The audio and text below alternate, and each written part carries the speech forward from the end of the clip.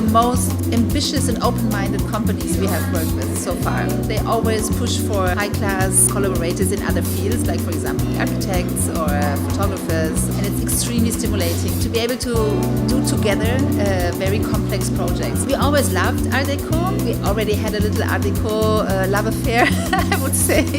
We shifted into a different visual universe, but I think through working on parentheses, it somehow came back to our minds. And then also Arper developed some collections that were difficult to mix with other pieces in the collection, like for example the Steve sofa. So maybe you know that we also do the showrooms, and we always have to pair different collections together. Sometimes it was hard to find a partner for the Steve sofa, and this was one of the inspirations of the idea at the beginning, that a seating piece that could be combined with Steve and the parenthesis collection would make a very interesting mix.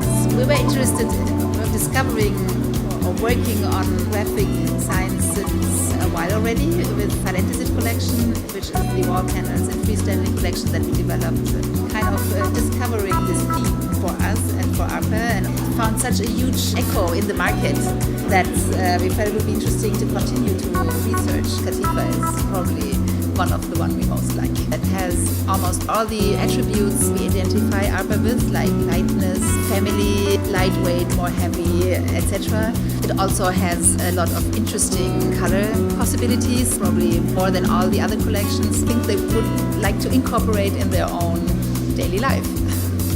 We designed first, of course, our color wood tables, starting with the side tables and then adding the dining table.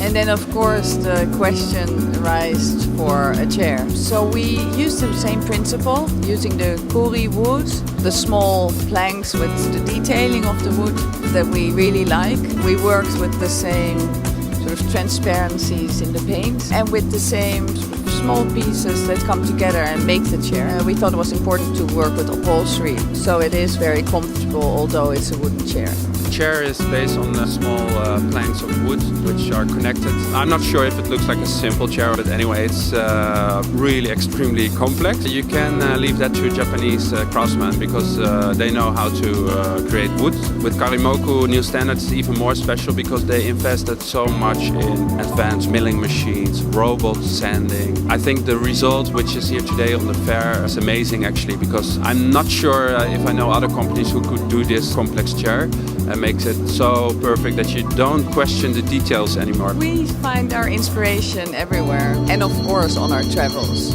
because we travel a lot, Japan, Korea, America, and it's super inspiring to see how people work, what the craftsmen can still do. Working in Japan and being able to look at what they are used to do. When you come from abroad, it's so much easier to see how special it is, because for them it's normal, it's what they've done for centuries sometimes. So I think that's why these collaborations work so well for us and for our clients. Together you can go to the next level and create the future of the crafts. In Japan, Karimoku is the biggest wood furniture producer in Japan. You work with Japanese craftsmen which are so extremely precise. Yeah, that makes working with Japan extremely pleasant. They don't allow them any mistakes. They want it to be perfect or not. They give us a lot of freedom to express ourselves. Our first product for Tacchini was Polar, back in 2006 or 7. It was an interesting company from the outset. Traditional Italian company, founded by the father, and then the children are running it. It's a very tight-knit community. They also have an incredibly clear art direction. When we met them for the first time, there was a very clear sense of what they wanted and that they liked what we did. Ischia is a modular seating system for social spaces. That could be hospitality, hotel type spaces. It could be reception areas and office spaces. I think one of the things we were very keen to do was to play with the kind of dynamic interactions that people naturally have. If you look at people in airports, for example, they never sit next to somebody else on a seat unless they absolutely have to. So they'll find other ways of positioning themselves. So I think a lot of our work tries to deal with the reality of what people want. The biggest influence for us, I think, is people.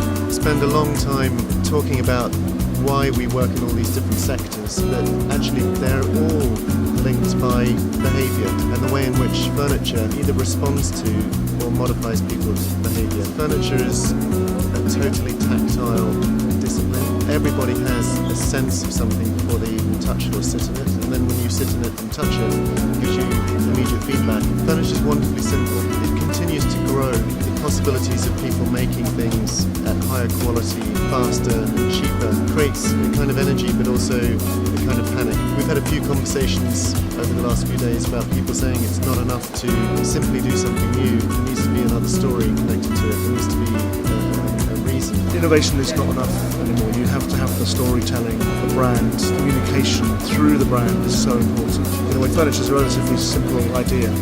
Tables and chairs and storage and screens, but actually why you would be engaged and emotionally kind of stimulated by a thing, so we can engage with the public, consumer, the industry.